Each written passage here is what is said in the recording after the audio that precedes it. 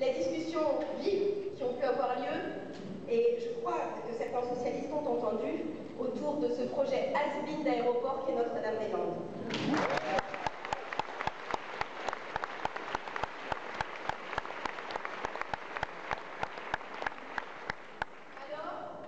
Alors il est maintenant temps de passer à l'exercice du pouvoir, à mettre l'écologie vraiment au cœur de l'État, là où les décisions se prennent.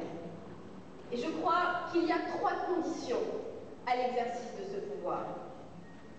Rassembler, rassembler et rassembler.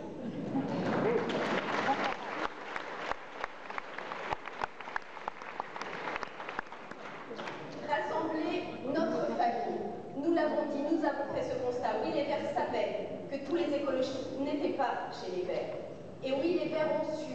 Et avec quelle générosité, même si parfois la générosité ça gratte un peu, on su s'ouvrir, on su se rendre disponible, on su se remettre en question pour permettre que la famille écologiste soit rassemblée. On peut faire plein de rassemblements, on peut aussi faire plein de binômes. Et il les faut tous les binômes. De Yannick à Jean-Vincent, de Dany à Corinne, de Dominique à Noël, d'Yves à Eva, nous avons besoin de tout le monde. Il faut aussi rassembler nos partenaires. Beaucoup ici ont eu des interrogations, des réflexions sur les manières de travailler ensemble. Ce qui est certain, c'est que dans la situation que nous vivons aujourd'hui, personne ne tolérerait que nous ne soyons pas capables de dialoguer et d'aboutir, pas à un projet commun qui nous mettrait tous d'accord, mais à la capacité de dire aujourd'hui, pour 5 ans, voilà les réponses que nous pouvons apporter. Nous avons la nécessité de mettre en œuvre un pacte d'alternatives démocratiques. Tout le monde l'attend.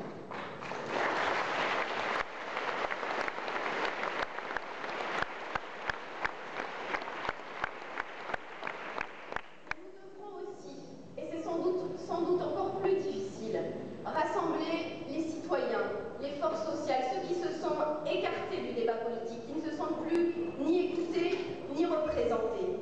Aujourd'hui, il me semble nécessaire que l'écologie libère la République.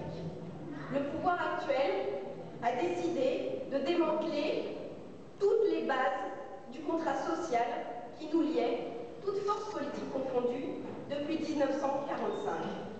C'est vrai que les écologistes sont parfois mal à l'aise avec la République. C'était souvent un carcan reproducteur, des grands corps, des conservatismes et un étouffoir de l'innovation. Mais aujourd'hui, nous revendiquons de prendre le relais. Nous revendiquons une République sociale et écologique. Nous voulons les héritiers de ceux et celles qui ont su se lever quand la République était menacée, quand ses valeurs étaient atteintes, c'est le cas aujourd'hui. Nous voulons une République qui rassemble et qui libère. Nous voulons une République outil de la démocratie.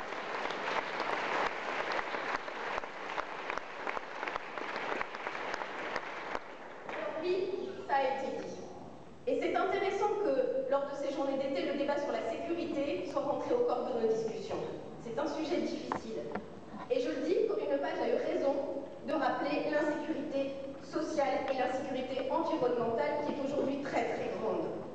Mais nous portons aussi des réponses sur cette question difficile.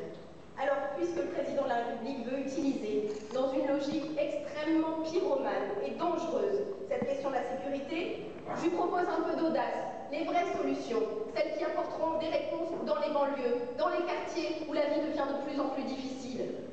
Sortir de la prohibition pour en finir avec les mafias, chiche ou pas? Des moyens, des vrais moyens, pour une police démocratique et la fin de la politique du chiffre pour le retour à une police humaine, chiche ou pas? Et un plan d'urgence vraiment pour les associations d'éducation populaire, pour tous ceux qui ont travaillé depuis des années pour la politique de la ville, pour ceux qui essayent de lutter avec des faibles moyens contre la désespérance sociale, contre les égoïsmes et contre la crise qui touche au cœur de toutes les familles. Chiche ou pas? C'est parce que nous voulons cette démocratie que nous serons le 4 septembre, place de la République à Paris et dans toute la France pour en finir avec la délinquance politique qui vient de nous.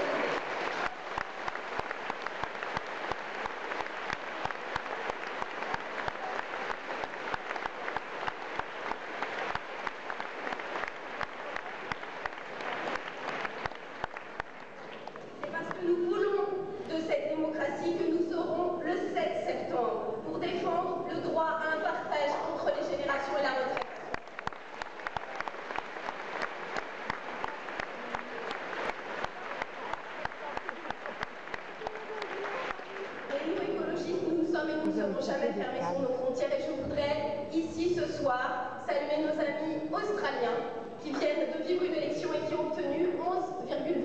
20% des voix à l'élection législative.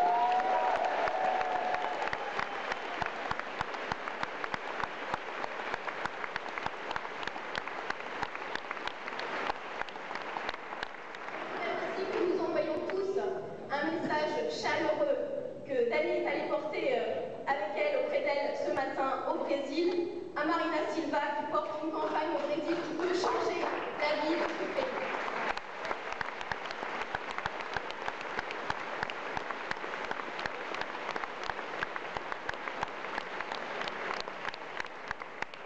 Mais l'épreuve du pouvoir, elle est encore plus difficile parce que c'est l'épreuve de la crise globale. Ce que nous devons engager, c'est la transition entre un ancien monde et un nouveau. Oui, le monde de la croissance, du gaspillage, de l'hyperconsommation, oui, ce monde est condamné. C'est un monde fini, c'est un monde qui va s'arrêter. Le nouveau monde n'est pas encore né, mais il devra affronter d'abord la crise climatique, la crise énergétique. Ce sera effectivement douloureux. Nous devons aussi affronter, et c'est peut-être encore plus difficile, le désarroi et la mélancolie. Le désarroi et la mélancolie qui empêchent d'agir. Alors, nous devons, nous écologistes, réfléchir et organiser la résilience, anticiper, résister, encaisser un choc, repartir. Voilà l'enjeu, cette résilience acceptée, organisée. Voilà comment nous pouvons permettre à l'écologie d'être la solution du XXIe siècle.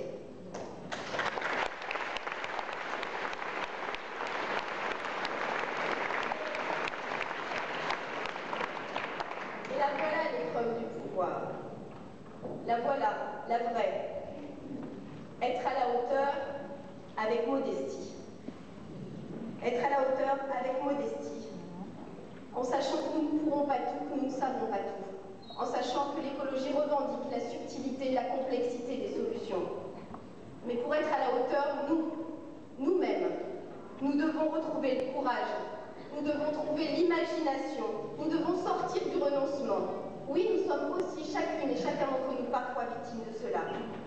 Nous ne devons plus subir, nous devons agir.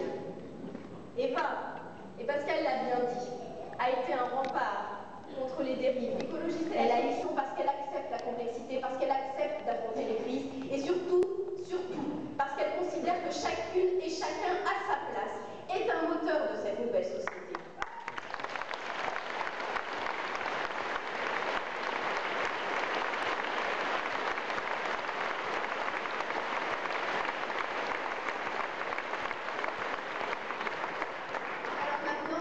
Rendez-vous de notre histoire, qui oui, verra la fin de ces deux logos, qui oui, fait peut-être que je m'exprime ici pour la dernière fois en tant que secrétaire nationale des Verts.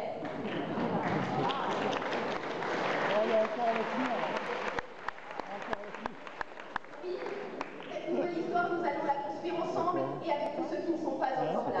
C'est un enjeu passionnant. Je voudrais faire un petit clin d'œil à ceux qui étaient à Toulouse, dans un moment pas forcément évident après des années difficiles, à ceux qui étaient restés, pas par intérêt, mais parce que cette conviction que l'écologie était la solution les a fait tenir, y compris dans les moments de grande difficulté. J'avais dit qu'il faudrait qu'on retrouve le plaisir, parce que ça passe aussi par là, pour qu'on retrouve l'envie et qu'on soit heureux de faire ces campagnes. Je crois qu'on l'a été. On l'a été pendant les élections européennes, on l'a été pendant les élections régionales.